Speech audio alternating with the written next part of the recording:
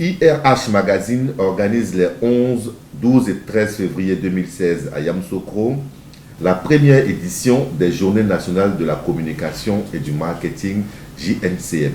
Pour en savoir un peu plus, nous recevons Mme Merem Carmen Doumbia, responsable communication et marketing d'une boîte de la place, qui nous situera sur les enjeux et les changements au sein des directions de communication, marketing et commercial. Bonjour madame.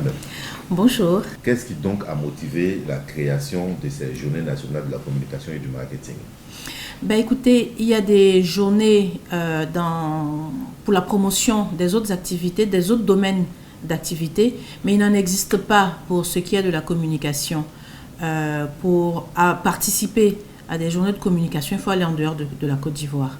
Alors, ici, nous avons des compétences, nous avons de l'expertise.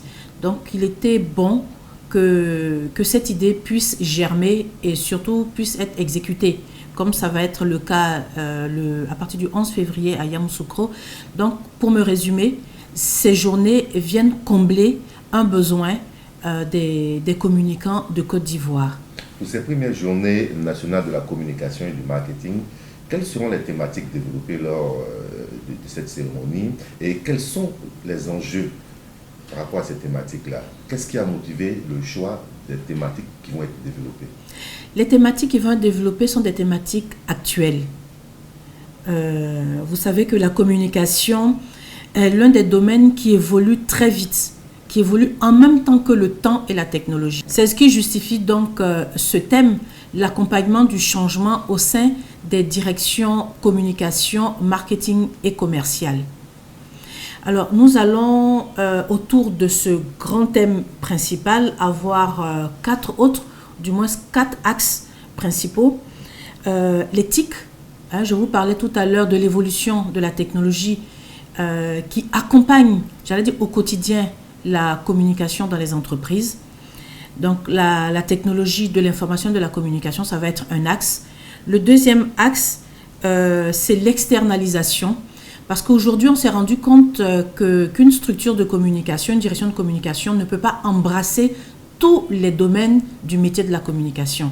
Parce que c'est un domaine très vaste. Il y a la publicité, il y a les relations presse, il y a les relations publiques, il y a tout un tas de domaines particuliers. Et la direction de communication d'une entreprise ne peut pas, à elle seule, embrasser tous ces métiers. Et il faut donc apprendre à externaliser, à s'appuyer sur des prestataires extérieurs qui vont donc nous accompagner dans nos missions au sein de nos institutions et de nos entreprises. Donc, ça, c'était le deuxième axe.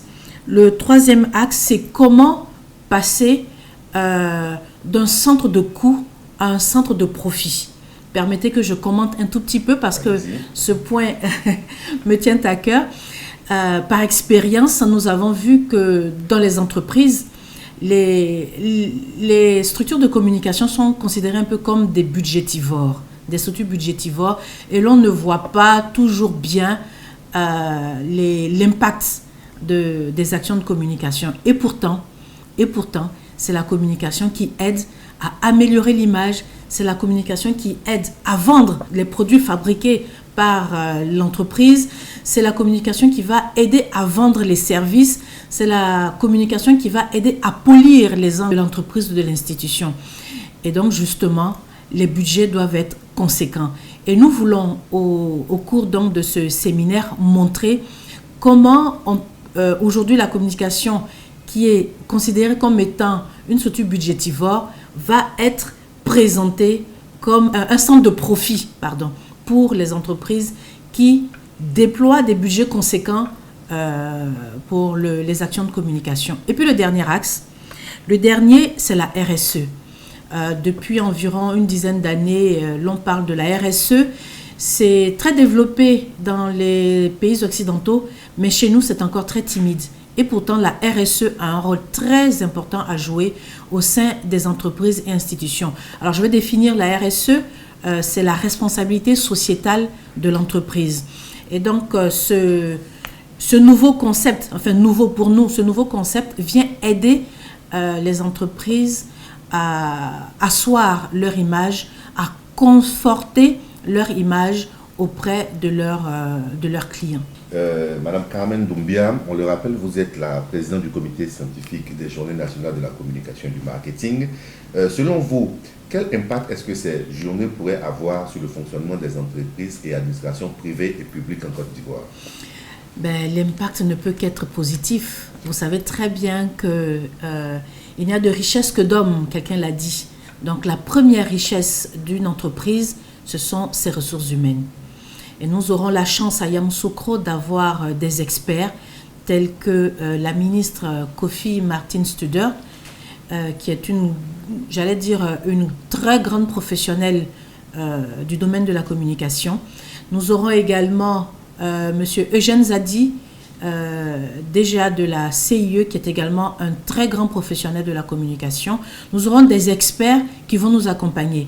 Et donc forcément, quand on se retrouve lors de ces rencontres, nous croisons nos compétences, nous profitons des connaissances des aînés et des experts, et cela nous aide à nous fortifier et à booster nos compétences au sein de nos entreprises. Et donc, je vous le disais tantôt, il n'y a de richesse que d'hommes. Donc, les compétences ayant gagné, en ampleur, forcément, l'entreprise ne peut qu'être satisfaite par la suite dans ses résultats. Pour revenir aux détails de l'organisation même des Journées nationales de la communication et du marketing, quelles sont les différentes activités qui meubleront donc ces 2 ou ces 3 jours de Journée nationale? Ces 3 jours vont être meublés de la façon suivante. J'ai dit essentiellement, c'est un forum. C'est un forum au cours duquel les jeunes et les anciens vont se retrouver. Les compétences et les connaissances vont se croiser. Donc, nous allons avoir des échanges de bonnes pratiques. Qu'est-ce qui a marché dans une entreprise? Qu'est-ce qui a bien moins marché de l'autre côté? Quels sont les problèmes qu'un tel rencontre dans son entreprise en matière de communication? Comment l'expérience de l'autre peut l'aider à résoudre son problème? Voici un peu ce que nous allons avoir à Yamoussoukro. Et puis bien sûr, nous allons avoir également un dîner gala.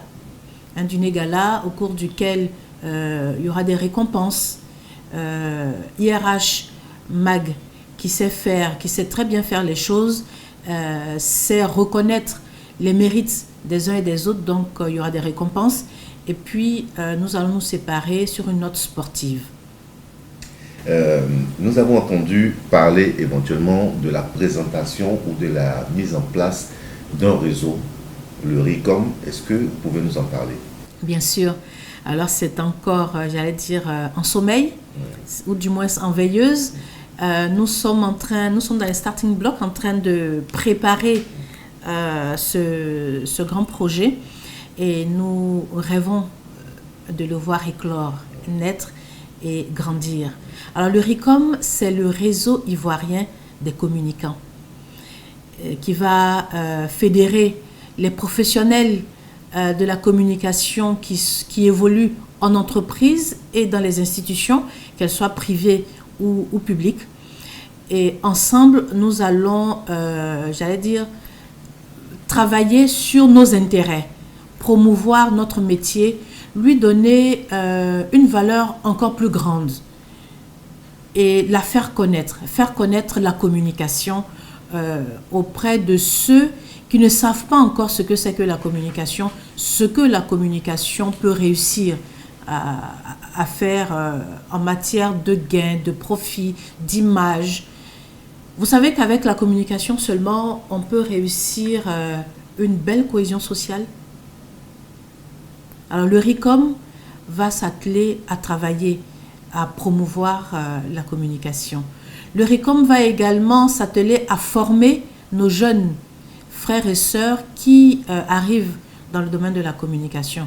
Le RICOM va travailler en sorte que les établissements de communication qui existent sur la place aient des programmes assez étoffés pour répondre aux besoins des entreprises. Parce que par expérience, nous nous sommes rendus compte que ceux qui arrivent sur le marché de l'emploi avec un BTS communication ne sont pas suffisamment outillés. On leur dit souvent qu'ils vont l'apprendre, ils vont étoffer leurs compétences sur le tas, mais ce n'est pas suffisant. Il faut qu'avant de venir en entreprise, ils viennent avec des aptitudes qui correspondent aux besoins de l'entreprise.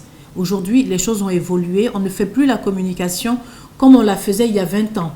Et ceux qui arrivent aujourd'hui doivent être outillés. Et nous allons aider, nous allons travailler en sorte qu'il y ait une adéquation entre la formation et l'emploi dans les entreprises. La communication et le marketing, on l'a bien compris, seront donc à l'honneur lors de cette première édition du GNCM du 11 au 13 à Yamoussoukro. Nous avons eu beaucoup de plaisir à échanger avec Mme Carmen Doumbia, présidente du comité scientifique des 10 journées. Merci Madame. C'est moi.